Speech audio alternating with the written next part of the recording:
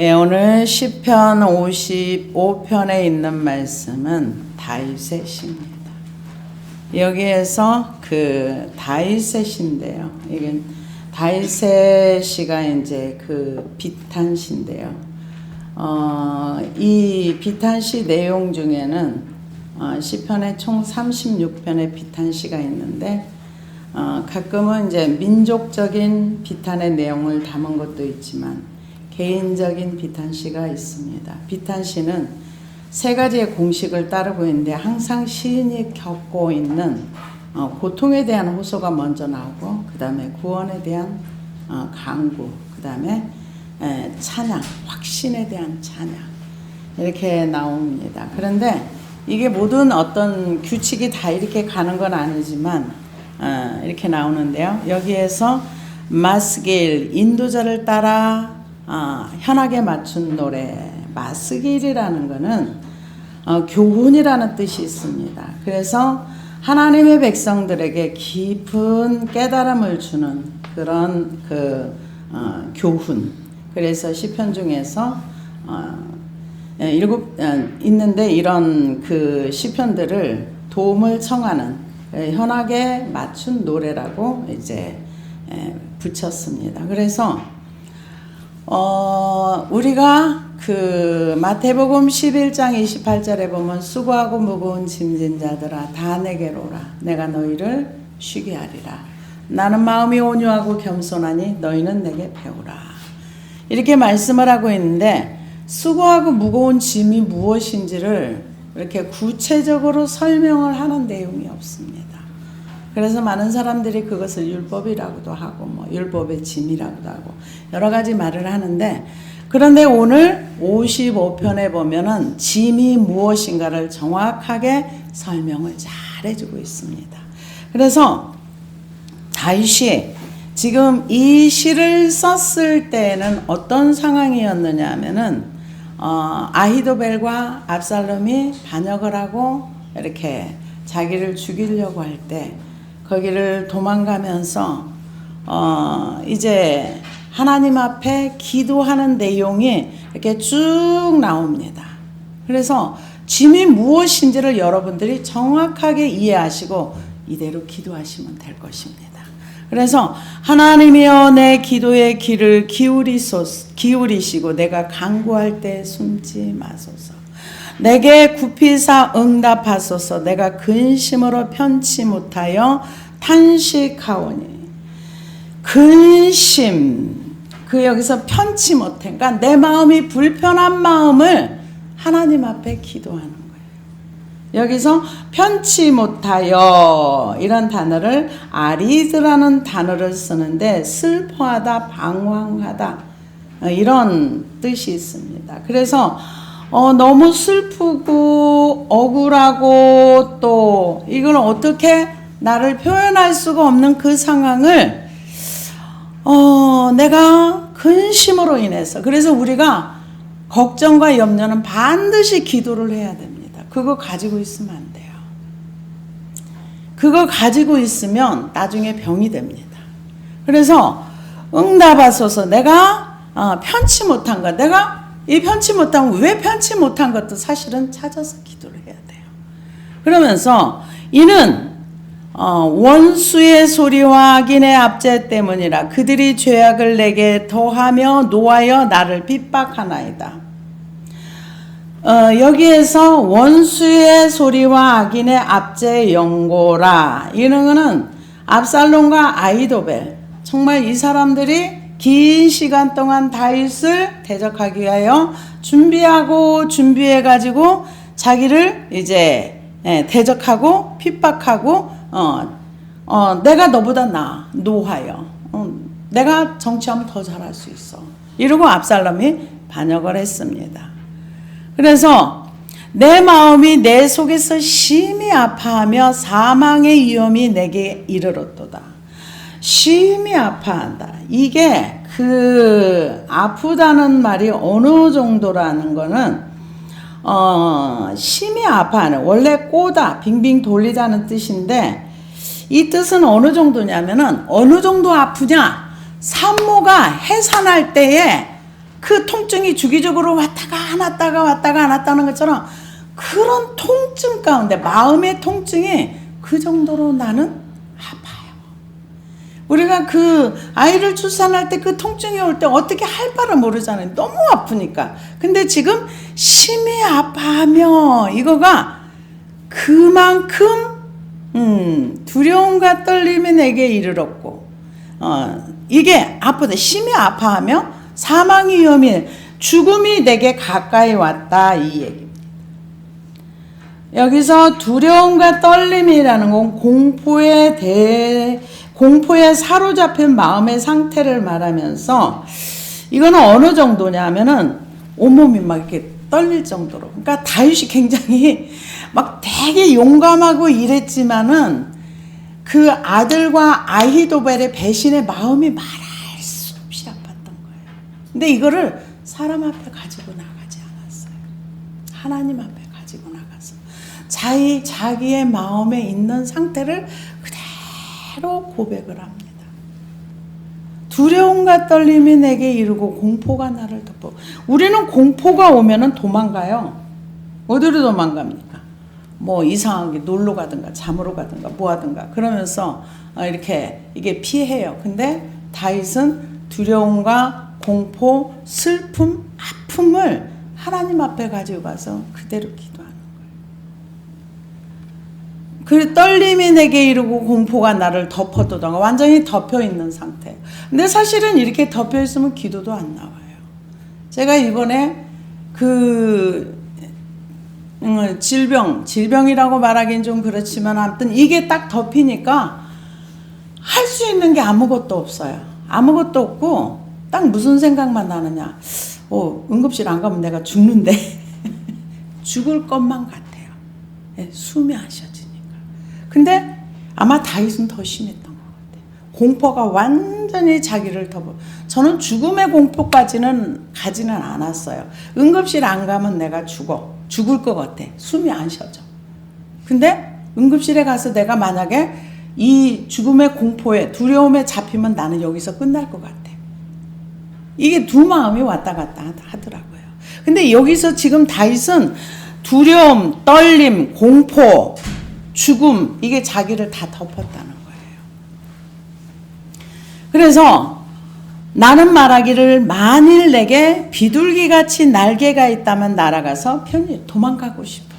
내가 날개가 있어 이 환경을 벗어날 수만 있다면은 빨리 도망가서 여기에서 지금 있고 싶질 않아. 너무 무섭고 너무 두렵고 너무 떨리고 도망가고 싶어. 그러면은 비둘기처럼 내가 날개가 있어서 멀리 날아가서 광야에 간다면, 광야 아무도 없는 곳에, 사람이 없는 곳에. 그러면은 이 다윗이 생각할 때 압살롬이나 아히두벨은 매에 비유할 수 있어요. 도망가는 거, 쫓기는 거. 광야에 가서 사람 아무도 없는 데 가서 나 좀 숨었으면 좋겠다. 쉬었으면 좋겠다. 이렇게 얘기를 합니다. 그러면서 내가 나의 피난처로 속히 가서 폭풍과 광풍을 피하리라 하였도다. 이게 폭풍과 광풍이라는 거의 토네이도 수준이에요. 여기 휘말려 있는 상태면은 꼼짝 못하지. 이렇게 미국에서는 이런 토네이도가 많이 일어난다 그러더라고요. 갑자기 집 앞에서도 막 이렇게 일어나가지고 사람도 올라가기도 무섭더라고요. 그 토네이도 일어나는 거 보니까 토네이도가 갑자기 마른 땅에서 슉 하면서 일어나니까 그 안에 뭐 자동차도 올라가고 사람도 올라가고 나중에 이제 떨어지면 사람이 죽겠죠. 자동차는 박살이 나고. 그러니까 이 다윗이 지금 표현을 잘해서 그렇지 폭풍과 광풍이 자기한테 몰려오는데 나는 이걸 어떻게 피할 수가 없어. 나 광야로 가 숨었으면 좋겠어. 어디 내가 숨을 데 없어? 나 피할 데 없어? 이러면서 자기 자신의 내면 상태, 현재 상태를 그대로 고백을 합니다. 피하리라 하였도다. 내가 성내에 강포와 분쟁을 보았사오니 주여 그들을 멸하소서. 그들의 혀를 잘라버리소서. 제가 이거를 보면서 이 번역이 맞나? 그리고 찾아봤어요. 이렇게 말을 심하게 해도 되나? 이런 생각을 하면서 찾아봤는데 그 번역이 아니더라고요. 옛날 성경에는 저희 혀를 나누셔서 그랬어요. 근데 여기는 잘라버리셔서 그랬거든요. 여기는 발락이라는 단어를 쓰는데요. 이게 무슨 뜻이냐면 하나님께서 바벨탑을 쌓던 인류의 언어를 혼잡해 하신 사건과 관련해서 사용됐던 발랄과 동어이다. 다윗은 그 언어가 혼잡된 사건을 회상하면서 발랄과 비슷한 발랄을 쓰면서 하나님 압살롬과 아히도벨의 모방 계획이 마치 바벨탑을 쌓아서 인류가 자기네들이 계획을 쌓고 섭리해서 높아지고 했던 것이 언어가 혼잡함으로 인해서 그것이 되지 않았던 것처럼 이들의 계획하는 것이 다 무너져 버리게 하옵소서. 이런 뜻을 혀를 잘라버리소서. 이렇게 썼더라고요. 그래서 그렇지, 그러면 그렇겠지, 설마 이런 기도를 했겠어. 그래서 제가 이거를 또 다시 한번 찾아보면서 이렇게 했더니 이 기도대로 된 거예요. 아히도벨의 모략이 채택되지 않고 그냥 무산되니까 아히도벨은 이 기도처럼 그냥 자기 고향에 가서 정리하고 죽었어요. 근데 여기 보면은 성내의 강포와 이 구절이 굉장히 중요해요. 강포와 분쟁을 보았사오니, 여기에서 강포와 분쟁이 뭐냐면 압살롬의 일당의 음모가 비밀리에 진행되고 있지 않았음을 암시해 줍니다. 여기서 강포라는 단어가 여러분 하마스예요. 하마스. 요즘 하마스와 이스라엘이 전쟁을 하죠. 하마스라는 단어가 강포라는 뜻이 있고요. 학대하다, 해를 끼치다, 그 등을 뜻하는 동사 하마스에 나온 명사로 포악, 행위, 부정, 이걸 가르쳐요. 그러니까 하마스, 강포, 포악, 이런 뜻을 가지고 있는 게 지금 현재 그들이 쓰고 있는 언어가 그 뜻입니다.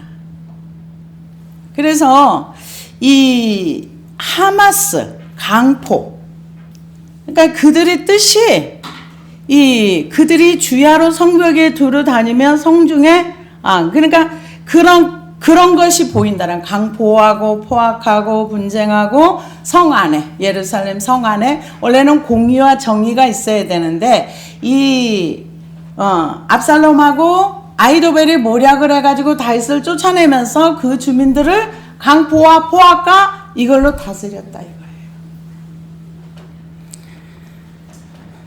그래서 그들의 뜻이 혀를 잘라버리소서가 아니라 그들의 뜻이 안 되게 하옵소서. 참 무서운 말이 돼가지고 이게 맞나 그러고 제가 찾아보니까 그런 뜻이 있더라고요. 그래서 그들이 주야로 성벽 위에 두루 다니며 성중에는 죄악과 재난이 있으며 악독이 그 중에 있고 압박과 속임수가 그 거리를 떠나지 아니하도다. 나를 책망하는 자는 원수가 아니라 원수일진데 내가 참았으리라. 자기를 높이는 자는 나를 미워하는 자가 아니라 미워하는 자일진데 내가 그를 피하여 숨었으리라. 그러니까 나를 책망하는 원수가 아니라 원수가 나한테 이렇게 했으면 내가 충분히 참을 수 있다는 거죠. 제가 나를 미워하니까 내가 가지고 있는 걸 탐내서 가져가려고 할 수 있어. 그런데 그게 아니라 자기가 가장 아끼고 사랑했던 아히도벨하고는 평생을 같이 했던 사람이에요. 그리고 아히도벨의 그 지략과 책략은 대단해요. 뭐든지 말하는 대로 그대로 다 정말 하나님께 받아 말한 것처럼 그 정도로 대단한 사람이에요. 근데 아히도벨이 압살롬 편에 딱 서 있다는 거는 이 다윗으로는 엄청난 정신적인 충격이 엄청났던 거예요. 그래서 내가 그를 피하여 숨었으리라. 그는 곧 너로다. 나의 동료, 나의 친구여, 나의 가까운 친구다. 굉장히 가깝고 하나님의 성전에도 같이 올라가서 제사도 드리고 아들이니까 또 그 모략가니까 항상 같이 했었어요. 근데 배신을 때렸을 때 그 아픈 마음, 그 표현할 수 없는 고통을 어디로 다 가지고 갔나? 하나님 앞에 가지고 갑니다. 우리는 이것을 사람 앞에 가지고 가면은 죄를 짓습니다. 왜? 여기에는 많은 분노가 있거든요. 억울한 마음이 있거든요. 많은 화가 있거든요. 내 마음대로 안 되는 답답함이 있거든요. 근데 이거는 하나님 앞에 다 가지고 가서 마음을 물속도 다 쏟아놓는. 우리가 같이 재미있게 의논하며 무리와 함께하여 하나님의 집 안에서 다녔도다. 사망이 갑자기 그들에게 임하여 산채를 스올에 내려갈지어다. 이는 악독이 그들에 거쳐 있었고 그들 가운데 있음이로다. 이 얘기는 민수기에서 보면은 그 모세를 대적했던 그 아비람 다당 그 당을 지어서 했을 때 모세가 뭐라 그랬어요? 하나님, 나는 저들한테 잘못한 게 없어요. 잘못한 게 없어요. 하나님이 새 일을 행하사 입을 열어 저들을 산채로 수월에 빠지게 하고, 그거 그대로 인용했다.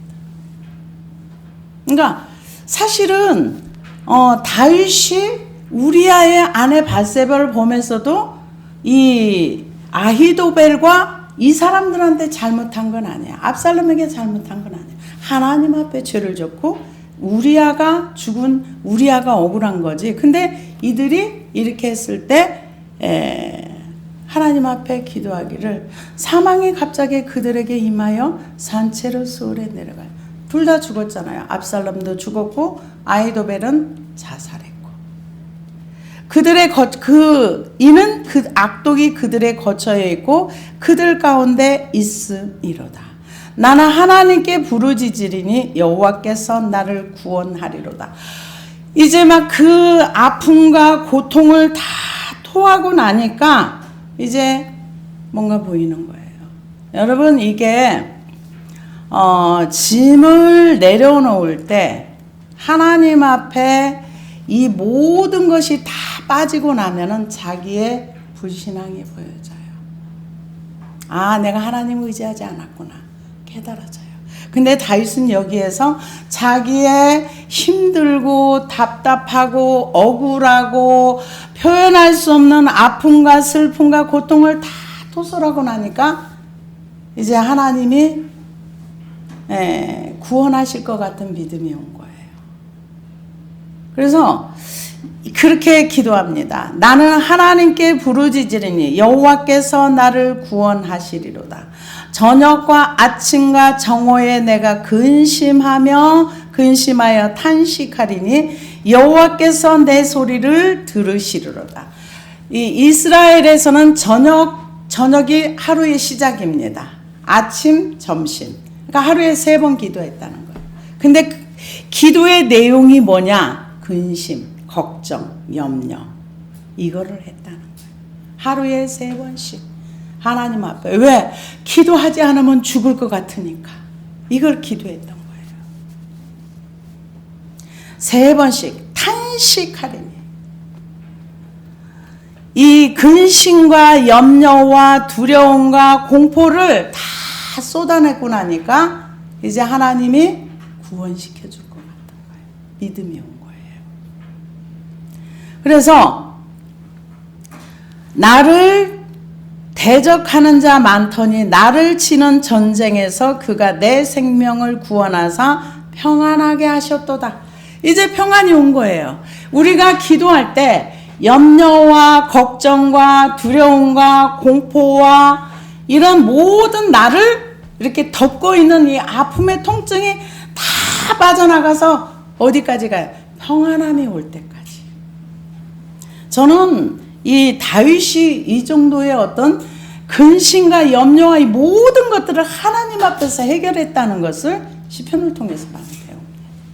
근데 이 기도를 통해서 이 다윗은 하나님을 배워간 거예요. 그래서 어느 때까지 기도했냐? 평안함이 올 때까지. 이 마음에서 이제 하나님이 일하실 거야. 이제 살았다.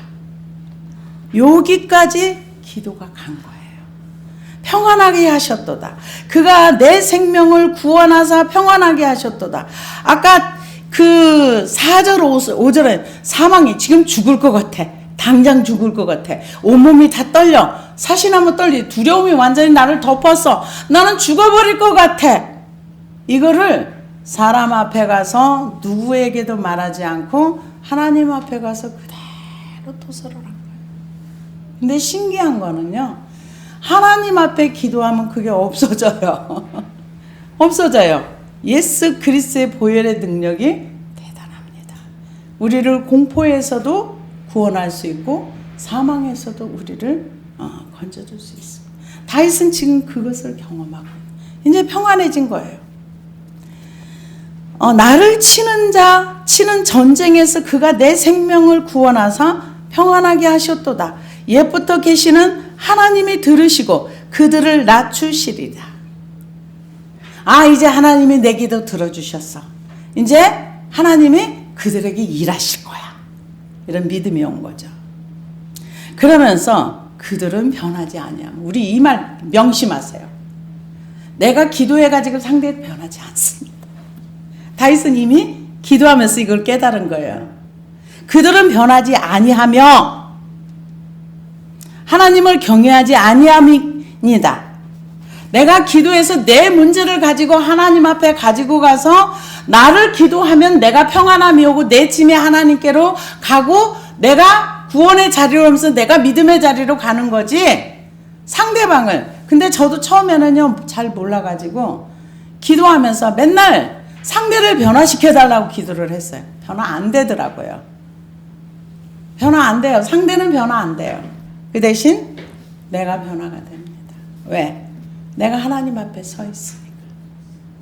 근데 정확한 기도를 해야 정확한 결과물이 나와요. 저는 정확한 기도를 못 해가지고 많은 세월을 낭비를 했습니다. 근데 다윗은 어떻게 이렇게 했는지 정말 대단해요. 물론 다윗의 노년에 이렇게 했기 때문에 긴 시간 동안 하나님 앞에 살았던 그 세월이 어디 가진 않죠. 그래서 그들은 변화가 안 된다는 거죠. 그들은 변하지 아니하며 하나님을 경외하지 아니합니다.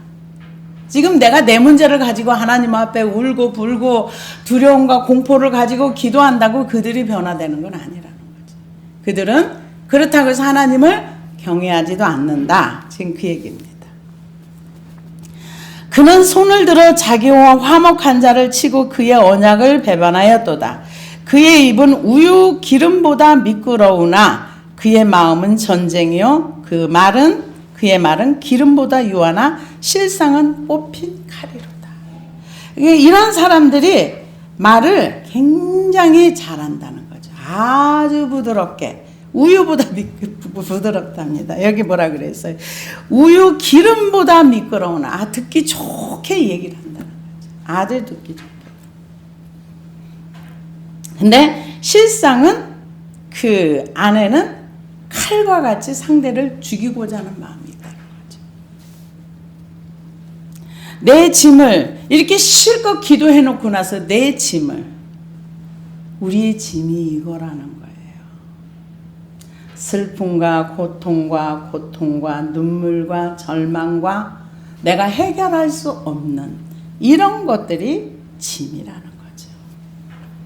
내 짐을 여호와께 맡기라.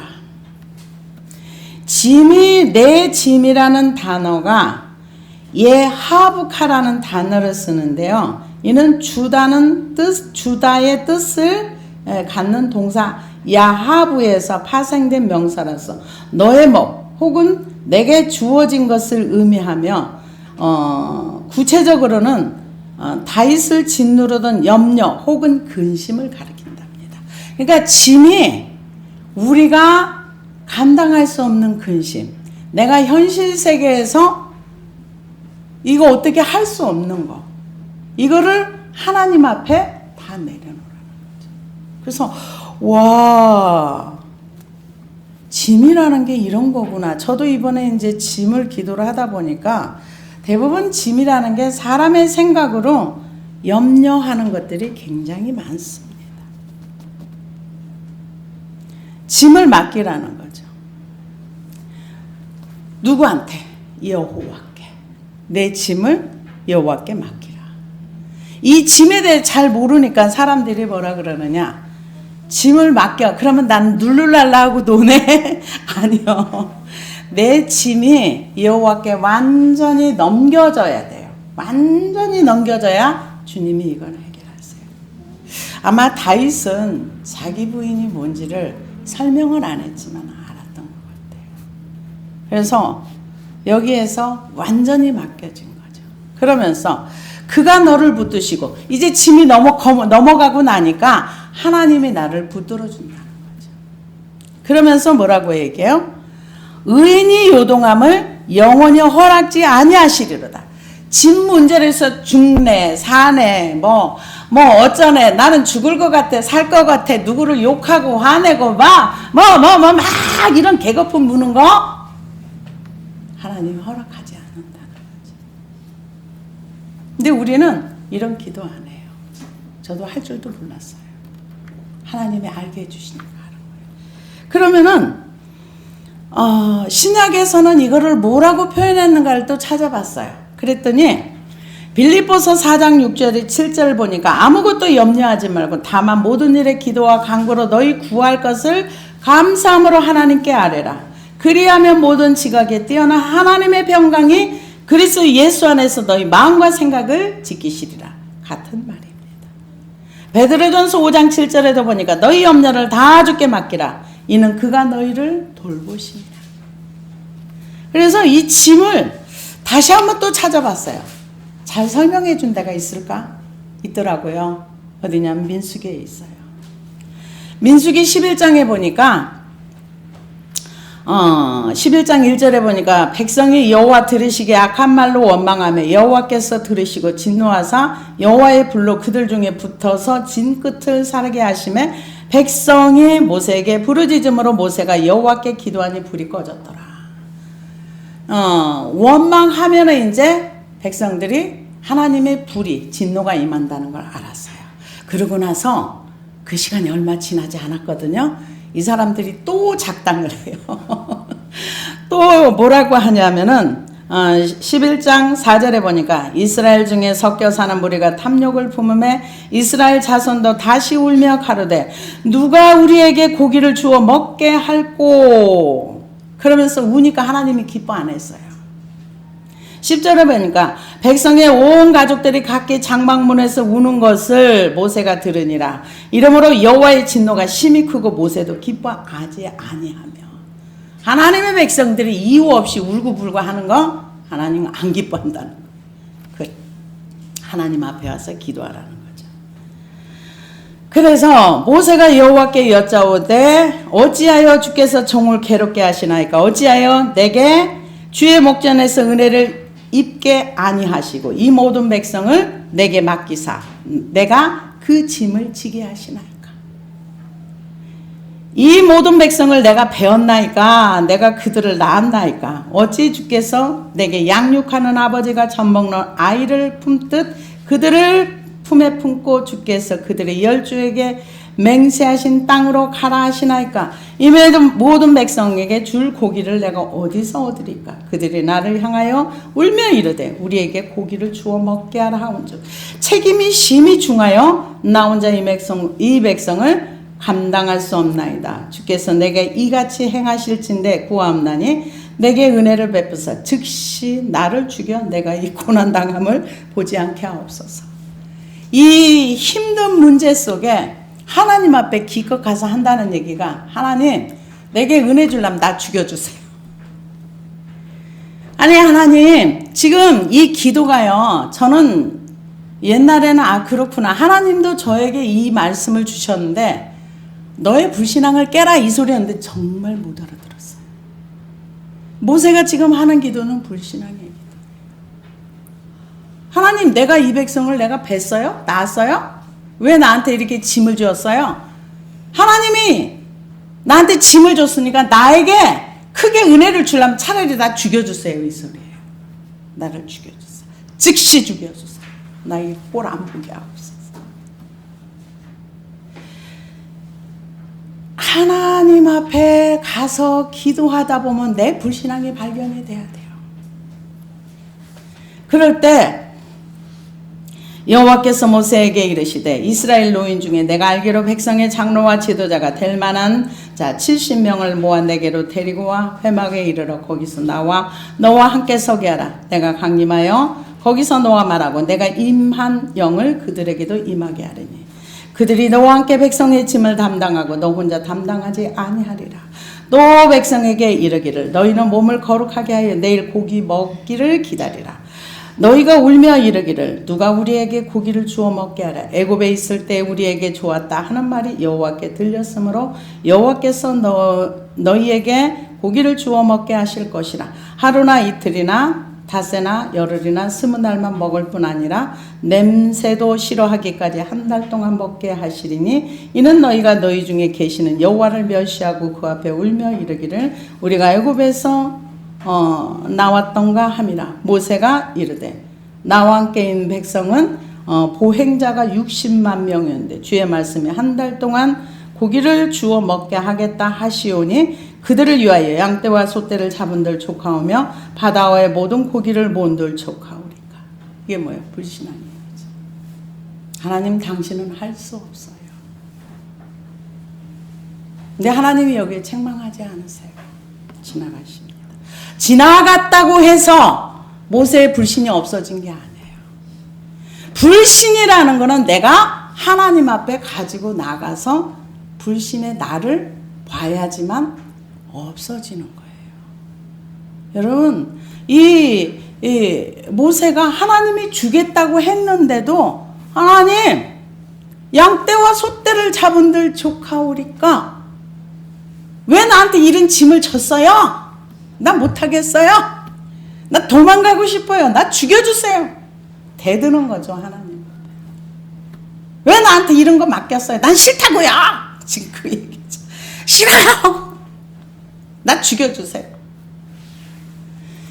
우리의 사명의 짐, 하나님께서 내게 맡겨주신 내 달새경이는 내 죄의 결과물이에요. 모세는 사명을 감당하는데 너무 버거운 거예요. 그러면은 다윗처럼 하나님 난 너무 힘들어요. 죽을 것 같아요. 나 좀 불쌍히 여기 이게 아니라 나 죽여주세요. 난 안 살고 싶어. 빨리 죽고 싶어. 그래서 모세가 하는 얘기가 내게 은혜를 줘서 나를 죽여주세요. 즉시 죽여주세요. 그러니까 고기 주겠다고 하니까 또 한마디 또 하잖아요.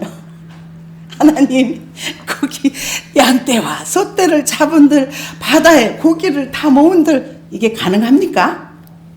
안 믿는 거죠. 믿지 않아도요.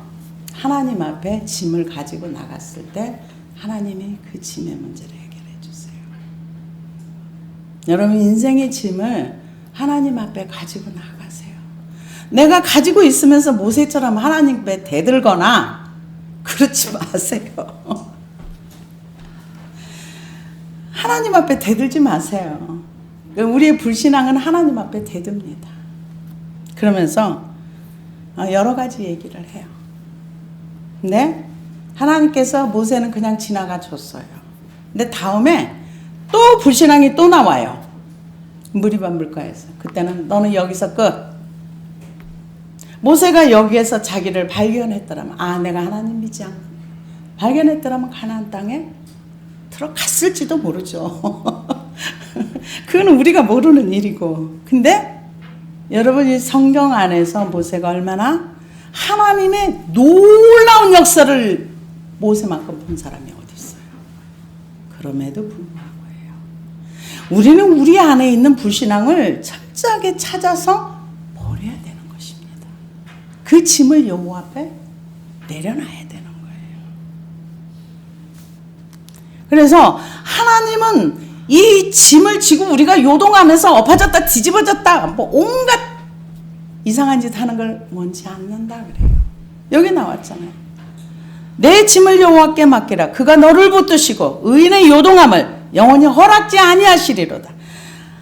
하나님이여 주께서 그들을 파멸과 운동에 빠지게 하시리이다. 피를 흘리게 하며 속이는 자들은 그들의 날에 반도 살지 못할 것이나 나는 주를 의지하리.